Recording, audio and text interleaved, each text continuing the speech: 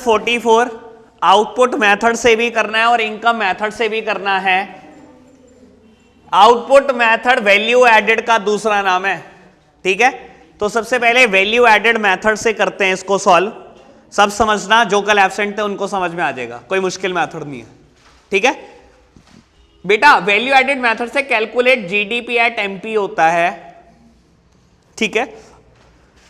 इसका सिंपल सा फॉर्मूला है बेटा, value of output minus intermediate consumption, ठीक है। Value added is equals to value of output minus intermediate consumption. आपको इस क्वेश्चन में मुझे लगता है दोनों ही चीजें डायरेक्ट दी हुई हैं। वैल्यू ऑफ आउटपुट भी डायरेक्टली गिवन है और इंटरमीडिएट कंजम्पशन भी गिवन है, और जीडीपी एट एमपी आराम से आ जाएगा 400, ठीक है। और कैलकुलेट क्या करना था, नेशनल इनकम, यानी कि इसको कन्वर्ट करना है नेशनल इनकम में। अब मैं बाबू फॉर्मूला फ्रेम नहीं कर रहा, आप खुद कर लेना। फ्रॉम जी को एन में कन्वर्ट करने के लिए minus dep, dep directly given है 50, उसके बाद बेटा प्लस एनएफआईए, डी को एन में कन्वर्ट करने के लिए। एनएफआईए डायरेक्टली गिवन नहीं है, net factor income from factor income from abroad given है और factor income to abroad given है। यानी कि हमने नेट में कमाया क्या, कमाया कुछ नहीं बल्कि गवाया 10 करोड़ रुपए। माइनस एनआईटी, एनआईटी गिवन होगा मेरे को, इनडायरेक्ट टैक्सेस गिवन है, सब्सिडीज गिवन है, ठीक है। 350 माइनस 10 और माइनस 50, 60 माइनस करना है, answer would be 290, correct answer है। इनकम मेथड से सॉल्व करते हैं इसको जल्दी से, इनकम मेथड से भी सॉल्व करते हैं इसको बहुत जल्दी से। इनकम मेथड कैलकुलेट क्या करके देता है, NDP at FC, NDP at FC calculate करके देखता है। फॉर्मूला क्या है, फॉर्मूला क्या है, compensation of employees, rent and royalties, interest, profit and mixed income. बेटा कंपनसेशन ऑफ एम्प्लॉइज गिवन नहीं है, वेजेस एंड सैलरी पता है और एम्प्लॉयर कॉन्ट्रीब्यूशन पता है टू द ट्रिपल एस, दोनों को मिला लो, कंपनसेशन ऑफ एम्प्लॉइज आ जाएगा। रेंट एंड रॉयल्टी गिवन है 40, इंटरेस्ट और प्रॉफिट इकट्ठा दे रखा आपको 20, ठीक है। And last one mixed income आपको गिवन है 120। आंसर क्या आएगा, 120, 120, 250, 300। एनडीबी एट एफसी को एनएनपी एट एफसी में कन्वर्ट कर लेना, आपको ऐड करना पड़ेगा एनएफआईए। मुझे फैक्टर इनकम फ्रॉम अब्रॉड भी पता है और टू अब्रॉड भी पता है, आंसर इज 290। नेक्स्ट क्वेश्चन अब आप जो अटेम्प्ट करोगे वो है example number 46, calculate the national income by expenditure and output method. यानी कि बेटा एक्सपेंडिचर मेथड और वैल्यू एडेड मेथड मेरे को पोस्ट करके फिलहाल आप सॉल्व करो इसको। 46 का सॉल्यूशन देख लो, एक्सपेंडिचर मेथड से जीडीपी एट एमपी निकलवाता है एक्सपेंडिचर मेथड। क्या गिवन है, private final consumption expenditure add करना होता है, government final consumption expenditure, gross domestic capital formation और exports minus imports. Private final consumption expenditure 1000 given है, government final consumption expenditure 100 given है, gross domestic capital formation directly given है, net exports directly given है, सब कुछ directly given है, कुछ नहीं करना, कुछ सोचना नहीं। इसको कन्वर्ट करना है एनएनपी एट एफसी में, क्योंकि नेशनल इनकम में भी निकालना है। 1300 जी को एन में कन्वर्ट करने के लिए माइनस डेप गिवन है, डी को एन में कन्वर्ट करने के लिए प्लस एनएफआईए जो कि माइनस में गिवन है, और एमपी को एफसी में कन्वर्ट करने के लिए माइनस एनआईटी, इसमें हमें आईटी और सब्सिडी गिवन है, यानी कि 90 यहां पर माइनस होना है, 190 माइनस होना है, यानी कि 1110, ठीक है। और बेटा आउटपुट मेथड से भी सॉल्व करना है, यानी कि वैल्यू एडेड मेथड से भी सॉल्व करना है। वैल्यू एडेड मेथड भी जीडीपी एट एमपी कैलकुलेट कराता है, और इसका फॉर्मूला क्या होता है, value of output minus intermediate consumption. बेटा यहां पर ना आपको 3 सेक्टर का आउटपुट दे रखा है, तो हमें क्या फर्क पड़ता है, हमें तो वैल्यू ऑफ आउटपुट ऐड करना है तीनों सेक्टर का। 900, 800, 400, 900, 800, 400, 2100 माइनस करना है तीनों सेक्टर का इंटरमीडिएट कंजम्पशन, 400, 300, 100, 400, 300, 100, 2100 में से 800 चले गए 1300, कन्वर्ट कर लो एनएनपी एट एफसी में। जीडीपी एट एमपी गिवन है माइनस डेप्रीसिएशन प्लस एनएफआईए जो कि माइनस में गिवन है, माइनस एनआईटी, तो आंसर वुड बी 1110, ठीक है। नेक्स्ट क्वेश्चन करते हैं, question number sorry, example number 48, example number 48, बस ये सही कर दो तो मैं मान जाऊंगा आपको। एग्जाम्पल नंबर 48 में हमारी रिक्वायरमेंट है कि हमें नेशनल इनकम कैलकुलेट करना है और डेप्रीसिएशन हमें गिवन क्या है, NIT, net domestic fixed capital formation, net imports, government final consumption expenditure, gross domestic fixed capital formation, okay, private final consumption expenditure, change in stock और एनएफआईए। बेटा calculate करनी है नेशनल इनकम, ऑल्दो तीनों method से निकल सकती है, पर बेटा ये आपकी समझ है कि डेटा देखकर आप क्या समझते हो। डेटा देखकर मुझे क्लियर कट पता लग रहा है कि एक्सपेंडिचर मेथड का ही डेटा है मेरे सामने, तो बेटा एक्सपेंडिचर मेथड से ही निकालना, और एक्सपेंडिचर मेथड पहले जीडीपी एट एमपी कैलकुलेट करा कर देगा आपको, ठीक है। और बेटा मेरे को डेप्रीसिएशन भी निकालना है, तो सबसे पहले मैं डेप्रीसिएशन निकाल देता हूं, क्योंकि मुझे दो चीजें बड़ी क्लियर कट दिखाई दे रही है। मुझे डैप निकालना है, which is the difference of gross and net. बाबू डेटा में गिवन है gross domestic fixed capital formation और net domestic fixed capital formation. Gross domestic fixed capital formation भी गिवन है और net domestic fixed capital formation भी given है। बेटा इन दोनों का डिफरेंस निकल सकता है डेप्रीसिएशन बहुत इजीली, विच इज 25, ठीक है। और बेटा अब मैं आ जाता हूं अपने मुद्दे पर, मुझे नेशनल इनकम कैलकुलेट करनी है। Private final consumption expenditure plus government final consumption expenditure plus gross domestic capital formation plus x minus है, ठीक है। Private final consumption expenditure directly given है, गवर्नमेंट फाइनल कंजम्पशन एक्सपेंडिचर भी गिवन है, gross domestic fixed capital formation है, fixed capital formation यानी कि इसमें इन्वेंट्री जोड़नी पड़ेगी। 125 गिवन है और इसमें इन्वेंट्री ऐड करो 10 की हो गया, प्लस एक्सपोर्ट माइनस इंपोर्ट। अब काम की बात बेटा, एक्सपोर्ट माइनस इंपोर्ट को बोलते हैं नेट एक्सपोर्ट्स। मुझे ऐड करने हैं नेट एक्सपोर्ट्स, पर मुझे दिया क्या हुआ है, नेट इंपोर्ट्स। नेट इंपोर्ट्स दिया हुआ है तो बेटा मैं माइनस कर दूंगा, लेकिन दूसरी बात है बेटा नेट इंपोर्ट भी माइनस में दिए हुए हैं, कंफ्यूज करने के लिए। नेट एक्सपोर्ट्स दे रखा होता तो मैं डायरेक्टली ऐड कर रखता, मुझे नेट इंपोर्ट दे रखे हैं। नेट इंपोर्ट क्या हो जाएंगे, माइनस हो जाएंगे। पहली बात तो माइनस हो जाएंगे, दूसरी बात दे ही माइनस में रखे हैं, यानी कि बेटा हो क्या जाएंगे अल्टीमेटली पॉजिटिव, ठीक है। 800 प्लस 135 प्लस 20 यानी कि शुड बी 955, ठीक है। और कन्वर्ट कर लो एनएनपी एट एफसी में, ये कौन सी बहुत बड़ी बात है, ठीक है। जीडीपी एट एमपी को एनएनपी एट एफसी में कन्वर्ट करना है, minus debt plus NFIA and minus NIT. करो जी कन्वर्ट। 955 है माइनस डेप्रीसिएशन, डेप्रीसिएशन गिवन है अभी, सॉरी ओहो अभी तो कैलकुलेट करा, 25 प्लस एनएफआईए, एनएफआईए गिवन है आपको 5 और माइनस एनआईटी, सबसे पहली फिगर ही है 5, ठीक है।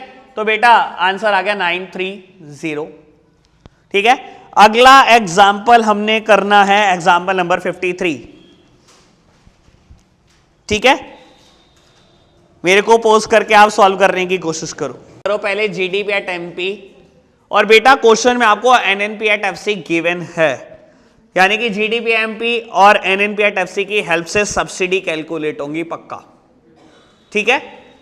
GDP at MP which is equal to private final consumption expenditure, government final consumption expenditure, gross domestic fixed capital formation. Directly given नहीं है, gross fixed capital formation given है, इसमें ऐड कर दो इन्वेंट्री इन्वेस्टमेंट।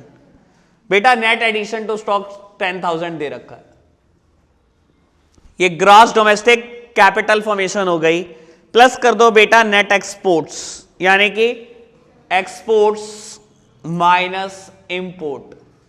तो बेटा ये कैलकुलेट हो जाएगा जीडीपी एट एमपी, जो भी आएगा 73200, ठीक है। अब मेरे को कैलकुलेट करना है सब्सिडीज, ठीक है।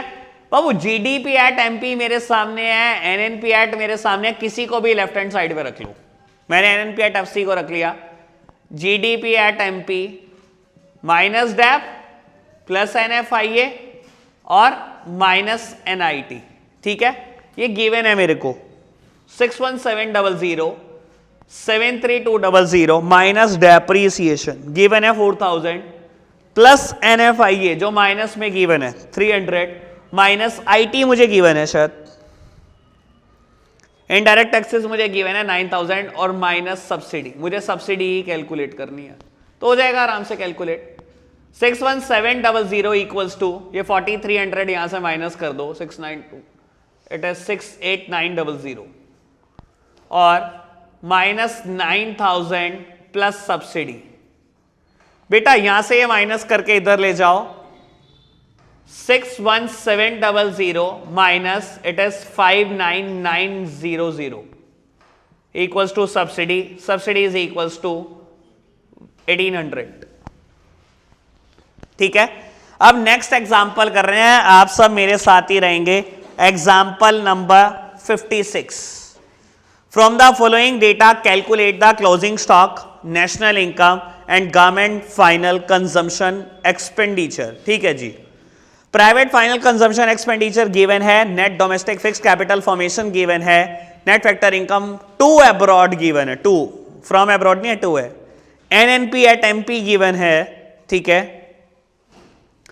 नेट इनडायरेक्ट टैक्सेस गिवन है, ओपनिंग स्टॉक गिवन है, ग्रॉस डोमेस्टिक कैपिटल फॉर्मेशन भी गिवन है, consumption of fix capital given है और नेट एक्सपोर्ट्स गिवन है। आराम से हो जाएगा कैलकुलेट। तीन पार्ट हैं इसके, कैलकुलेट करना क्या क्या है। क्लोजिंग स्टॉक कैलकुलेट करना है सबसे पहले। बेटा मैं डेटा देख पा रहा हूं, आराम से कैलकुलेट हो रहा है क्लोजिंग स्टॉक, कोई दिक्कत नहीं है। कैसे कैलकुलेट होगा समझो बेटा। ग्रॉस डोमेस्टिक कैपिटल फॉर्मेशन दो चीजों के बराबर होता है, ग्रॉस फिक्स्ड कैपिटल फॉर्मेशन और इन्वेंट्री इन्वेस्टमेंट। मुझे ये नेट में दे रखा है, ये दे रखा है, मुझे दोनों पता है तो यहां से पक्का निकलेगा। देखो ग्रॉस डोमेस्टिक कैपिटल फॉर्मेशन 2800 है, ग्रॉस फिक्स्ड कैपिटल फॉर्मेशन नहीं पता लेकिन नेट पता है, net domestic fixed capital formation 2100। इसमें डैप ऐड कर दो तो ग्रॉस हो जाएगा। डेप्रीसिएशन दे रखा है, consumption of fixed capital 550 plus inventory investment यानी कि closing stock minus opening stock. बेटा ओपनिंग स्टॉक दे रखा होगा कहीं ना कहीं, दे रखा है 100, तो हो जाएगा calculate. 2800 is equals to 2650 minus 100 plus closing stock, closing stock is equals to 250। ठीक है बेटा, बी पार्ट में कह रखा है कैलकुलेट द नेशनल इनकम यानी कि NNP एट FC, और आप क्वेश्चन देखोगे तो आपको NNP एट MP दे भी रखा है इसने, तो यानी करना क्या है माइनस NIT। ये कोई क्वेश्चन हुआ? 5230 माइनस 150 5080। ठीक है, नेशनल इनकम भी आपके सामने आ गया। और क्या करना है, गवर्नमेंट फाइनल कंजम्पशन एक्सपेंडिचर। ठीक है, ये देखते हैं कि कैसे होगा, और इसके बाद दो थ्योरी के टॉपिक करने हैं बेटा। लास्ट पार्ट है न्यूमेरिकल के पॉइंट ऑफ व्यू से, बाकी आप प्रैक्टिस कीजिएगा, कोई प्रॉब्लम हो तो बताइए। ठीक है बेटा, लास्ट पार्ट है, मेरे को कैलकुलेट क्या करना है, गवर्नमेंट फाइनल कंजम्पशन एक्सपेंडिचर। बेटा GDP at MP is equals to private final consumption expenditure plus government final consumption expenditure, gross domestic capital formation plus exports minus import. मुझे बेटा ये कैलकुलेट करना है, इसका मतलब मुझे ये बिल्कुल पता होना चाहिए, लेकिन मुझे क्वेश्चन में दिया क्या हुआ है, NNP एट MP, और NNP एट FC भी मैंने अभी निकाला है। किसी को भी कन्वर्ट कर लो GDP एट MP में।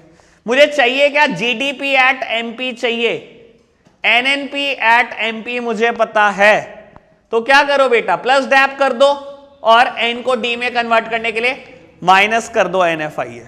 ठीक है, NNP एट गिवन है प्लस डैप और minus NFIA।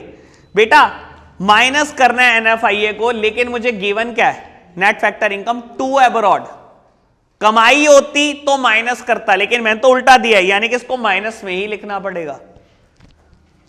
Net factor income to abroad, from abroad add होती, फ्रॉम अब्रॉड को लेस करना था, यहां पर मेरे को डी थी टू अब्रॉड, यानी कि बेटा again minus, this minus and this minus would be plus. ठीक है ना, 590 को प्लस करना है इसमें, यानी कि लगभग 600 को। ठीक है, वो आप देख लेना आप कैलकुलेशन कैसे करते हो, मेरा कैलकुलेशन करने का तरीका बहुत अलग है। ठीक है, चलो बेटा ये मेरे सामने है 5820 private final consumption expenditure given है, ये मेरे को कैलकुलेट करना है। Gross domestic capital formation given है, नेट एक्सपोर्ट्स गिवन है 3544, ठीक है, यानी कि 1420 आ जाएगा बेटा आंसर, ठीक है बेटा। अब थ्योरेटिकल पॉइंट ऑफ व्यू से दो टॉपिक करने हैं फिलहाल के लिए, मैं अपनी बुक में निकाल लेता हूं। मेरे को एक टॉपिक तो बुक से कराना है, जीडीपी एंड वेलफेयर, नोट्स में भी मिल जाएगा आपको, हमारे नोट्स में भी लिखा हुआ है, ठीक है। वो भी खैर मेरा बाद का टॉपिक है, लेकिन उससे पहले मेरे को बात करनी है nominal GDP and real GDP पे। अभी सब सामने देखेंगे बेटा, बड़ा इंपॉर्टेंट टॉपिक है, ठीक है, पेपर में आएगा पक्का बोल रहा हूं। टर्म आती है जीडीपी एट करंट प्राइस, जिसको हम बोलते हैं नॉमिनल जीडीपी, और एक टर्म आती है GDP at constant price, GDP at constant price, जिसको हम बोलते हैं बेटा रियल जीडीपी, ठीक है। अभी देखते हैं जरा, इसको समझाता हूं क्या चीज होती है बेटा। मान लो 2013 में, एग्जाम्पल को थोड़ा सिंप्लीफाइड रखूंगा ताकि कंसेप्ट दिमाग में जाए, एग्जाम्पल पर मत जाना, कंसेप्ट पर जाना। मान लो बेटा 2013 में पूरे इंडिया ने मिलकर 1000 यूनिट बनाई, और उस टाइम एक एवरेज प्राइस चल रहा था इकोनॉमी में ₹100 हर यूनिट का, ठीक है। यानी कि बेटा पूरे देश का जीडीपी जो हुआ वो 1 लाख हुआ, ठीक है, ठीक है।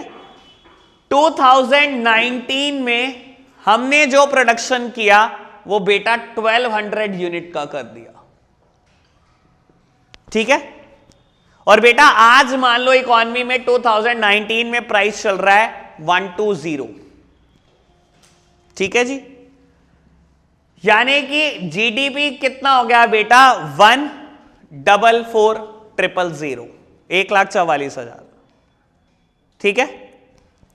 बाबू एक बात सुनो, आप एक लेमैन नहीं हो, अब एक आम आदमी की तरह बात करना छोड़ दो।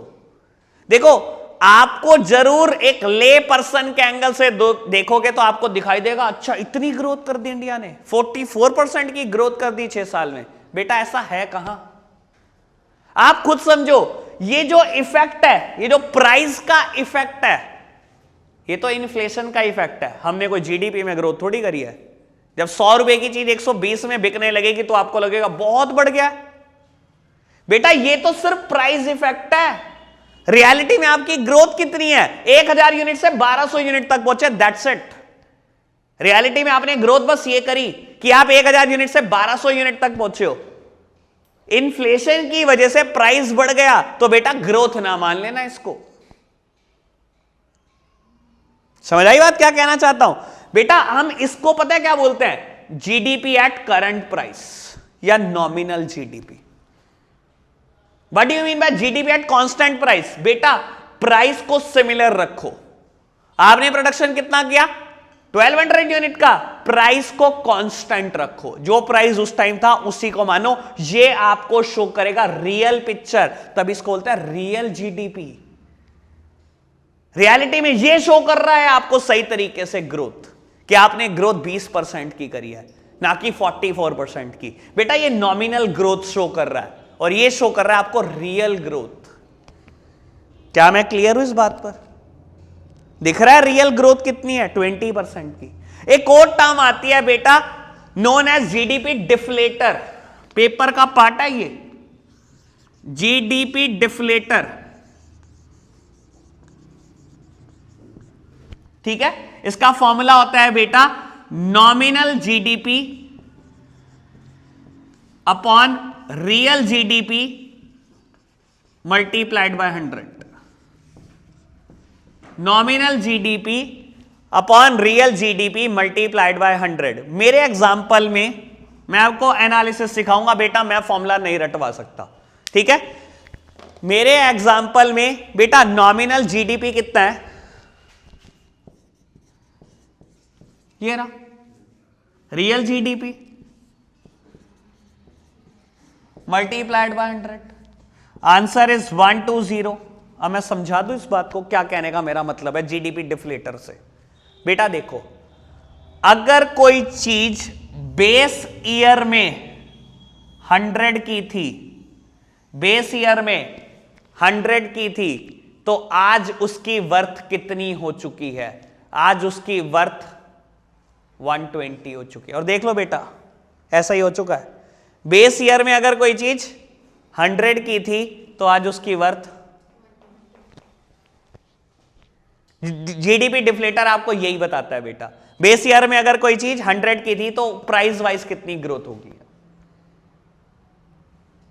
समझ आई बात? और हम बेस ईयर किसको लेते हैं बेटा? अभी तो हम 2011 को मानते हैं। बेस ईयर क्यों किसको माना जाता है? जिस ईयर प्राइस में कोई भी फ्लक्चुएशन नहीं हुई थी in terms of natural calamities. 2011 एक ऐसा ईयर है जिसमें इंडिया में कोई भी नेचुरल कैलामिटी नहीं हुई थी। अगर नेचुरल कैलामिटी होते हैं बेटा, प्राइस बहुत ज्यादा फ्लक्चुएट कर जाता है, बढ़ते हैं ना प्राइस उस इलाके में हर चीज के। तो हमें बेस ईयर उसको लेना होता है बेटा जिस ईयर कोई भी प्राइस फ्लक्चुएशन नहीं हुई। अभी तक के लिए 2011 है। समझ आई बात? बात समझ आई? जीडीपी डिफ्लेटर क्या चीज है बाबू? GDP at current price versus GDP at constant price, यानी कि इसका दूसरा नाम है नॉमिनल जीडीपी, इसका नाम है रियल जीडीपी। ठीक है? 2013 में मान लो इंडिया ने 1000 यूनिट बनाई, 100 के प्राइस पर बनाई। ठीक है? आपकी नजर में जीडीपी 1 लाख रुपए का। 2019 में बेटा 1200 यूनिट बनाई, लेकिन आज प्राइस 120 हो चुका है। बेटा आपकी नजर में 1,44,000 है ये, लेकिन मैं नहीं मानता इसको ग्रोथ। ये कहां से ग्रोथ दिखाई दे रही है आपको? बेटा प्राइस की फ्लक्चुएशन ही बहुत ज्यादा है। हमें तो प्राइस की फ्लक्चुएशन को शांत रखना है, कांस्टेंट रखना है। हमें प्राइस की फ्लक्चुएशन ही चाहिए। हमें तो देखना है प्रोडक्शन कितना इंप्रूव किया आपने। ये बेटा आपको नॉमिनल ग्रोथ दिखा रहा है, नॉमिनल ग्रोथ। ये कोई एक्चुअल ग्रोथ नहीं है, ये तो नॉमिनल जीडीपी शो कर रहा है। रियल पिक्चर तो शो करेगा रियल जीडीपी। ये क्या कहता है? जीडीपी को मेजर करो एट कांस्टेंट प्राइस। कांस्टेंट मतलब बेस ईयर का प्राइस, जो 100 है मेरे एग्जांपल में। ऐसे ही मैंने 100 ले लिया, 2013 ले लिया, 2011 ले लो, आप लिख लो। ठीक है? तो बेटा 1200 यूनिट मल्टीप्लाइड बाय 100 यानी कि 1,20,000। बेटा ये है रियल ग्रोथ जो शो कर रहा है, ये 20%। ये 44% क्या है? नॉमिनल ग्रोथ है। ठीक है? और जीडीपी डिफ्लेटर इन दोनों से बनी हुई एक टर्म है, nominal GDP upon real GDP multiplied by 100। या मल्टीप्लाइड बाय 100 का मतलब ये नहीं है कि हम परसेंटेज में कन्वर्ट कर रहे हैं, या मल्टीप्लाइड बाय 100 का मतलब है कि बेस ईयर में अगर कोई प्राइस 100 था तो आज का प्राइस क्या निकलेगा। तो ये आज का प्राइस कैलकुलेट करके दे देगा 120। और हमारे एग्जाम्पल में भी यही था, मैं तो यही प्रूव कर रहा था। ठीक है जी? अब एक बात और रह गई, वो 1 मिनट की है, ये भी समझ लो बेटा। बहुत सारे प्लानर्स ने ना आज की तारीख में एक और कंसेप्ट सजेस्ट किया, नोन एज ग्रीन जीएनपी। ठीक है? 1 मिनट की बात है, इसे सुन लो, पेपर में आना चाहिए 1 नंबर का ये। बहुत सारे प्लानर्स ने एक और कंसेप्ट सजेस्ट करा, नोन एज ग्रीन जीएनपी। ये क्या कहते हैं? कहते हैं आप जब भी नेशनल इनकम को कैलकुलेट करो ना, उसको एडजस्ट जरूर करो against the depletion of natural resources and degradation of environment. कहता हो सकता है आपका जीएनपी 20,000 करोड़ हो या 2 लाख करोड़ हो, उसमें से वो जरूर डिडक्ट कर देना, वो अमाउंट जरूर एडजस्ट कर देना जितना आपने एनवायरमेंट को नुकसान पहुंचाया, जितने नेचुरल रिसोर्सेज को नुकसान पहुंचाया। फिर पता लगेगा ग्रीन जीएनपी कितना कैलकुलेट हुआ। Although it is a hypothetical concept, practical कोई रेलेवेंस नहीं है, लेकिन पेपर में पूछा जा सकता है 1 मार्क। समझ में आई क्या बात कहना चाह रहे हैं? ठीक है? बहुत डिफिकल्ट है बेटा ये मेजर करना कि कितना एनवायरमेंट को नुकसान पहुंचाया है। ठीक है ना? कितना डिप्लीशन हुआ है नेचुरल रिसोर्सेज का, बहुत मुश्किल है मेजर करना। इसलिए बोल रहा हूं एक थ्योरेटिकल कंसेप्ट, अभी तक इसकी कोई प्रैक्टिकल रेलेवेंस नहीं। ठीक है?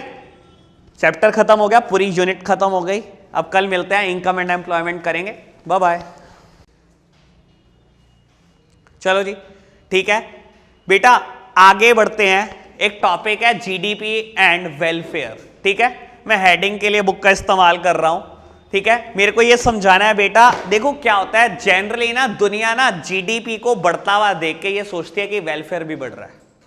जीडीपी बढ़ना मतलब वेलफेयर का बढ़ना, पर बेटा हर केस में यह बात ट्रू नहीं है। ये हम प्रूव करेंगे 5 फैक्टर से। हर केस में बात ट्रू नहीं है कि जीडीपी बढ़ रहा है इसका मतलब वेलफेयर भी बढ़ रहा है, या वेलफेयर बढ़ रहा है तो इसका मतलब जीडीपी बढ़ रहा है, होगा ही नहीं ऐसा, हर केस में नहीं हो सकता। ठीक है, सबसे पहली बात है बेटा हेडिंग डिस्ट्रीब्यूशन ऑफ जीडीपी। ठीक है, करते हैं बात। बेटा एक बात समझो, क्या ऐसा नहीं हो सकता, इकोनॉमी में बहुत बार बल्कि ऐसा ही होता है, जीडीपी बढ़ रहा है लेकिन अमीर आदमी और अमीर होता जा रहा है और गरीब आदमी और गरीब होता जा रहा है, यानी कि बेटा इनकी तो पर कैपिटा इनकम बहुत बढ़ती चली जा रही है और इनकी पर कैपिटा इनकम जितनी थी उससे भी कम होती जा रही है। देखो ओवरऑल सेंस में आप देखोगे जीडीपी बढ़ रहा है, दुनिया को तो ये दिखाई दे रहा है जीडीपी बढ़ रहा है, पर मैं आपसे पूछता हूं क्या मेरे इस एग्जांपल में वेलफेयर बढ़ रहा है? कहां बढ़ रहा है? वेलफेयर का मतलब क्या होता है बेटा, सबका कम से कम इक्वल शेयर तो आए जीडीपी में। कहां आएगा इनका इक्वल शेयर? इनके तो कंपैरिजन में कुछ भी नहीं आएगा। समझ में आई बात बेटा? हर जगह जीडीपी बढ़ने का मतलब वेलफेयर का बढ़ना नहीं होता। ठीक है, पहली हेडिंग क्लियर हुई, डिस्ट्रीब्यूशन ऑफ जीडीपी। रिच के हिस्से में ज्यादा जीडीपी, पुअर के हिस्से में कम जीडीपी, तो बेटा ये कोई वेलफेयर शो नहीं करेगा जबकि ओवरऑल जीडीपी बढ़ रहा है। ठीक है, second one is changes in the prices. ये मैंने अभी बात करी है बेटा, नॉमिनल जीडीपी वाली बात और रियल जीडीपी वाली बात। अगर किसी साल आपका प्रोडक्शन 1000 यूनिट है और आपने उसको मेजर किया है बेस ईयर के प्राइस पे विच इज 100, और बेटा कुछ 2 साल के बाद आपका प्रोडक्शन 1000 यूनिट ही है, ठीक है, और बेटा प्राइस है 120, बेटा एक लेमैन के एंगल से सोचोगे आपको नजर आएगा जीडीपी की ग्रोथ हुई है। चलो मैंने मान लिया जीडीपी की ग्रोथ हुई है, हो गई जीडीपी की ग्रोथ, नॉमिनल ग्रोथ ही सही, लेकिन बेटा क्या वेलफेयर बढ़ेगा? खुद बता दो। आप 1000 यूनिट से 2 साल बाद भी 1000 यूनिट पर ही हो, क्या रियलिटी में वेलफेयर बढ़ रहा है? नहीं बढ़ रहा बेटा, वेलफेयर तो नहीं बढ़ रहा ना किसी भी एक्सटेंट तक। पक्की बात? ये हेडिंग क्लियर हुई। Third heading is non monetary exchanges. Non monetary exchanges, बेटा देखो कई बार क्या होता है कि वेलफेयर बढ़ रहा होता है रियलिटी में, पर जीडीपी नहीं बढ़ रहा होता। जैसे कि एक हाउसवाइफ है, अपनी फैमिली को अपनी सर्विसेज दे रही है, चाहे किचन के सर्विस है चाहे गार्डनिंग के सर्विसेज है, वेलफेयर बढ़ रहा है? हाँ पक्का बढ़ रहा है, उस फैमिली का वेलफेयर हो रहा है और ऐसे ही पूरे देश का वेलफेयर हो रहा है। जीडीपी बढ़ रहा है, क्या काउंट होती है? याद कर लो बेटा, precautions of value added method, production of services for self consumption कभी इंक्लूड नहीं होता। होता है production of services for self consumption, value added method का प्रिकॉशन है बेटा, कभी इंक्लूड नहीं होता। वेलफेयर बढ़ रहा है पर जीडीपी नहीं बढ़ रहा, दिखाई दे रहा है। एक और हेडिंग है बेटा एक्सटर्नैलिटीज। एक्सटर्नैलिटीज क्या होती हैं बेटा? वो बेनिफिट, सॉरी लो लिख ही देता हूं, वो बेनिफिट्स जिसके लिए फर्म को पे नहीं किया जाता, और बेटा वो हार्म्स जिनके लिए उनको पेनलाइज्ड नहीं किया जाता। वो बेनिफिट्स जिनके लिए उनको पे नहीं किया जाता और वो हार्म्स जिनके लिए उनको पेनलाइज्ड नहीं किया जाता। बेटा इनको हम बोलते हैं नेगेटिव एक्सटर्नैलिटीज, इनको बोलते हैं पॉजिटिव एक्सटर्नैलिटीज। नेगेटिव का एक एग्जांपल, बाबू एक ऑर्गेनाइजेशन है, उसने प्रोडक्शन बहुत बढ़ा दिया और दिन रात पॉल्यूशन कर रहा है, 24 घंटे फैक्ट्री ऑपरेट कर रहा है, पॉल्यूशन बहुत ज्यादा हो रहा है, प्रोडक्शन बहुत बढ़ रहा है, जीडीपी बढ़ गया, वेलफेयर। आप पॉल्यूशन इतना कर रहे हो बेटा, क्वालिटी लाइफ नहीं जी पा रहे आपके आसपास रहने वाले लोग, जीडीपी तो बढ़ रहा है, वेलफेयर बढ़ रहा है? नहीं बढ़ रहा। और यहां पर पॉजिटिव का एग्जांपल, बेटा किसी फर्म ने गार्डन बनवा दिया, वेलफेयर बढ़ रहा है, जीडीपी नहीं इंक्लूड होता है चीजें जीडीपी में। या अपकीप ऑफ गार्डन या मेंटेनेंस ऑफ गार्डन करा दिया, बेटा वेलफेयर का पार्ट है, क्योंकि लोग उसको इस्तेमाल करेंगे, क्वालिटी ऑफ लाइफ इंप्रूव करेगी, हो सकता है लाइफ एक्सपेक्टेंसी भी इंप्रूव करे, वेलफेयर पक्का है। लेकिन क्या जीडीपी पे कोई फर्क पड़ने वाला है? उस बात से जीडीपी पे कोई फर्क नहीं पड़ने वाला। एंड लास्ट हेडिंग इज, बिल्कुल last heading, rate of population growth. Rate of population growth करते हैं इसकी बात भी। बेटा मान लो आपका जीडीपी 2013 में जितना था और 2019 में जितना था, इसने 20% ग्रोथ करी। जीडीपी ने 20% ग्रोथ करी, लेकिन बेटा ड्यूरिंग दिस टाइम पॉपुलेशन ने ग्रोथ करी 22%। दुनिया की नजर में जीडीपी बढ़ गया, वेलफेयर बढ़ा, उल्टा नुकसान हो जाएगा। पर कैपिटा जीडीपी पक्का रिड्यूस होगा आपका। समझ आई बात? जीडीपी का बढ़ना हर जगह वेलफेयर नहीं होता बेटा, और हर जगह वेलफेयर का होना जीडीपी का बढ़ना नहीं होता। ठीक है, इंपॉर्टेंट टॉपिक है थ्योरेटिकल पॉइंट ऑफ व्यू से। आज के लिए इतना ही, बाय बाय।